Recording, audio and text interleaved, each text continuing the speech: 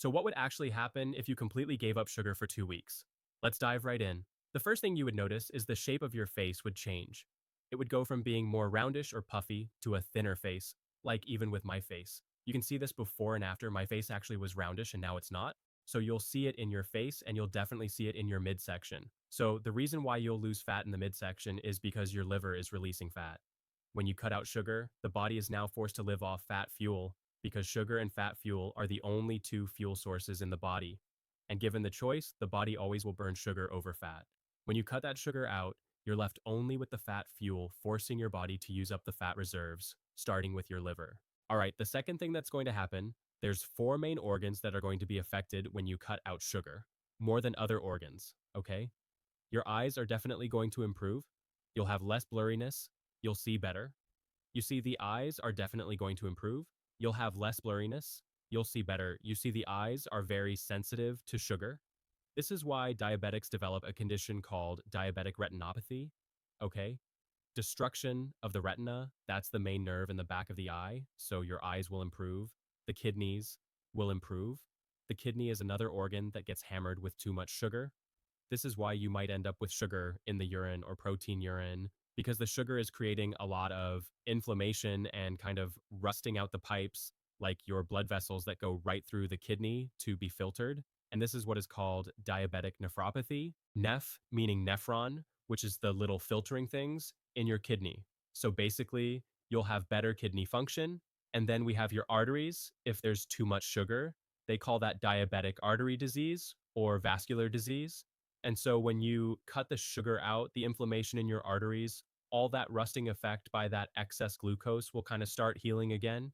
And because sugar not only converts to fat, but cholesterol too, you'll see your cholesterol values improve dramatically.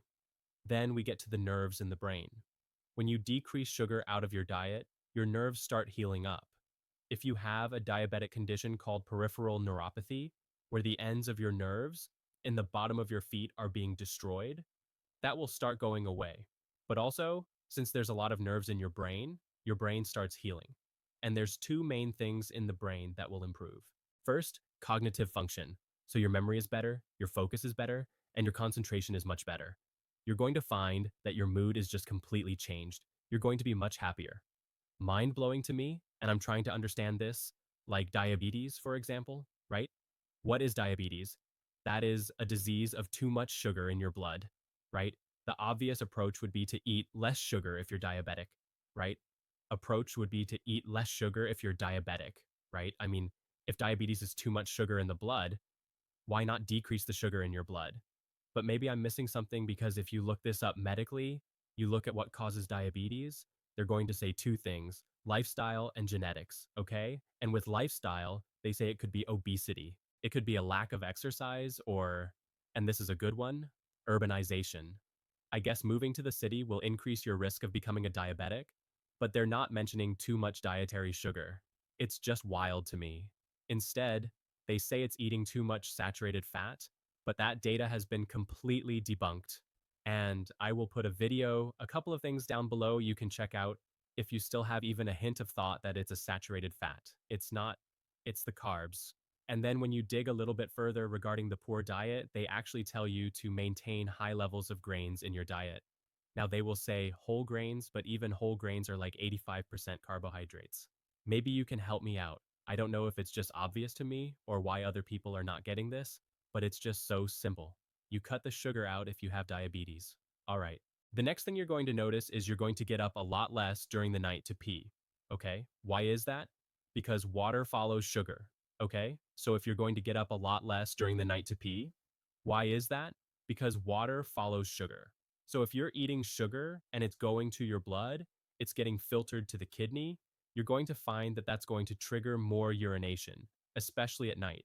And one simple solution is just to start cutting out the sugar. And you will find you're going to get up a lot less during the night. I mean, when I was in practice, I've had people get up 10 times a night to pee, and all we did is cut the sugar out and they slept through the entire night. Now, it does take a few weeks, but to salvage your sleep is so important. All right, the next thing that's going to improve is your energy. Well, like I said before, there's two types of fuel you can run your body on, sugar and fat. When you give up the sugar, your body is forced to burn your fat. Well, guess what? Your body has a lot more calories from fat than sugar. I'm talking about stored sugar and stored fat. On average, even a thin person is carrying around about 100,000 calories of fat compared to like 1,700 calories of stored sugar. So if we were to give you an analogy, it would be like having this huge car battery to run on versus this little 8AA battery. If you're going to run your entire body on this little 808 battery, you're going to be constantly hungry, craving ups and down with your energy. But when you're burning fat, you no longer are susceptible to the ups and downs of this sugar, and especially the ups and downs of this energy fatigue cycle. I mean, think about this between the meals, right? Your body should live on fat. An average person with a standard American diet cannot even tap into the fat because there's just too much sugar in the bloodstream. So, by dropping the sugar, converting your body over to fat fuel, you are going to be running on fat constantly between eating as well as your fat when you eat. And so that's going to give you a tremendous amount of steady state energy through the whole day. And your brain's going to feel a lot better. And this relates to the next point, cravings. The reason why your appetite goes away between meals is because even though you're not eating anything, okay, your body is eating its own fat between the meals. So if it's eating between the meals, it's being satisfied and you're not going to be hungry. And the only way to achieve that is by cutting down your sugar as well as not eating so frequently, like all those snacks. So, how do you get rid of the cravings for sugar? By not eating sugar. This process takes about 3 days, and it's not that hard. Anyone can do this. You just have to bite the bullet and jump right in. But you want to reduce your carbs less than 50 grams per day, and that includes the fruits. It includes honey and a lot of the other hidden sugars as other carbs like the bread, pasta, cereal, crackers, biscuits, waffles, things like that. I mean, an average person, at least in the US, consumes on average about 13.5 teaspoons of added sugar every single day, teaspoons of added sugar every single day. That comes out to 54 grams of sugar for those of you in Europe. Now that's added sugar. What about the sugar in the other carbs like the bread, pasta, cereal, crackers, biscuits, waffles, pancakes, muffins, alcoholic beverages like wine and beer and the sodas and the juices, etc.? That comes out to about a half a pound of actual sugar every single day. That's 275 grams of sugar. That's 68.75 teaspoons of sugar. So this added sugar thing is just the tip of the iceberg. It's all these other carbs that turn into sugar that is making a huge problem for your body. So this is why when you make this change and you start switching the fat burning, you start feeling so good. I mean, just the improvements in your mood and cognitive improvements is just going to be amazing. You're just going to feel really good. Not to mention look a lot better with your clothes fitting better, your face not so round and not craving sugar. That's going to be huge. Now, when you cut out sugar, your inflammation, pain, and stiffness is going to also improve. Your arteries are going to be less stiff, which means your blood pressure is going to come down tremendously. So the need for medication becomes a lot less. And since anti inflammatory medications are so popular nowadays, you'll be able to hopefully come off that medication as well, because your inflammation is going to come down. And I'm talking about inflammation in the inside of your tissues, inside the arteries, inside your eyes, inside your kidneys, inside the nervous system, like the stuff that you can't really see that will improve. You see the inflammation deep inside the arteries are actually making the artery walls thicker, okay? The thicker the walls, the less space you have for blood to travel, and the more susceptible you are to getting things like clogged arteries. So what you're doing when you're giving up sugar is you're allowing more blood flow to get to the tissues. All right, so number 7, and this is the obvious one, you're going to lose more weight, but not actually just weight, actual fat, which would be a really new concept for many people. Now you will lose a lot of water weight initially because, like I said before, wherever there's glucose, I'm talking about stored glucose, it's glycogen. You're going to also store 3 times the amount of water. So stored sugar is basically a fluid-filled sponge, and you'll lose at least 13 pounds in the first 1 to 2 weeks just by cutting out the sugar. And that's important. But the bigger thing is you actually get to tap into your actual fat and start losing weight. And think about all the other benefits of just losing weight and being able to do something that's effective. If you try to do a diet with too many carbs, boy, you're just going uphill. Not to mention trying to lose weight with all the cravings and the hunger. It's going to be torture and impossible to do at any period of time. I mean, I think for some people, they may not know this, but carbs convert to fat and cholesterol. Most of the fat in your liver has came from carbohydrates. And I'm not talking about salad carbohydrates. I'm talking about the grains, the breads, the pasta, the starch, potatoes, etc. All right. The next benefit is your skin. Your acne is going to improve. Your dermatitis, like the red rashes on the skin, will improve because we're basically dropping inflammation everywhere, including on your skin. In fact, that's one of the things that changes the shape of your face because there's less inflammation and puffiness around your eyes, around your cheeks, and many people are not connecting the dots that that puffy face is excessive carbohydrates. And the last benefit, and I really want to explain this, okay? And I saved this for the last. You are going to improve something at the heart of most health problems that people have, and that is insulin resistance. Let me explain what insulin resistance is.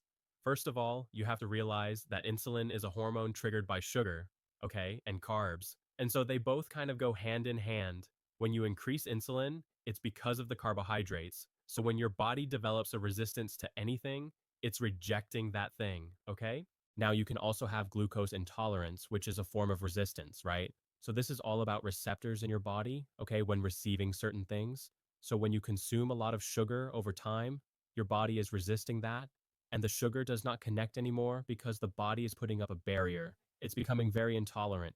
Same thing with insulin, right? If there's too much insulin, that's very, very toxic and dangerous in the body. So, your body develops a resistance against it now to solve this problem. Our body just basically makes more insulin to penetrate this resistance, this barrier. So we have a situation where we have a lot of insulin being produced in the body. That's all the extra side effects that I just mentioned, because a lot of those are not just high glucose, they're high insulin as well. But also at the cell level, we have this deficiency of insulin situation, which also creates other problems. But eventually, what happens is the pancreas that's pumping out all this insulin gets so tired, it can't compensate for this barrier or this resistance. So then it gets tired and it stops producing as much insulin. And this is when you get prediabetes and diabetes no longer compensating for the situation. And so we don't have enough insulin to push the blood sugar down. So when you have insulin resistance, you basically have a slow metabolism situation. You're going to have this set point, this certain weight that you just cannot get past. Let's say it's 160 pounds. You can diet, you can exercise, your body will not let you get below that certain weight. And this insulin is needed for other things like the absorption of potassium, the absorption of magnesium, the absorption of vitamin B1, the absorption of calcium, and many other nutrients, like even vitamin D. So by cutting out sugar, you improve insulin resistance and you increase your absorption of all these nutrients, like even vitamin D. So by cutting out sugar, you improve insulin resistance and you increase your absorption of all these nutrients, including amino acids to build proteins. So if you had atrophy before, that looks like cellulite on your legs or your butt, all of a sudden that starts improving. You get more muscle and you get a better body shape. Getting rid of this insulin resistance problem helps fatty liver. It helps decrease your risk for heart disease, a stroke, and even cancer. So before you add more time to think about if you should do this, I think you should start immediately. And I put up this very helpful video to show you exactly where to start. Check it out.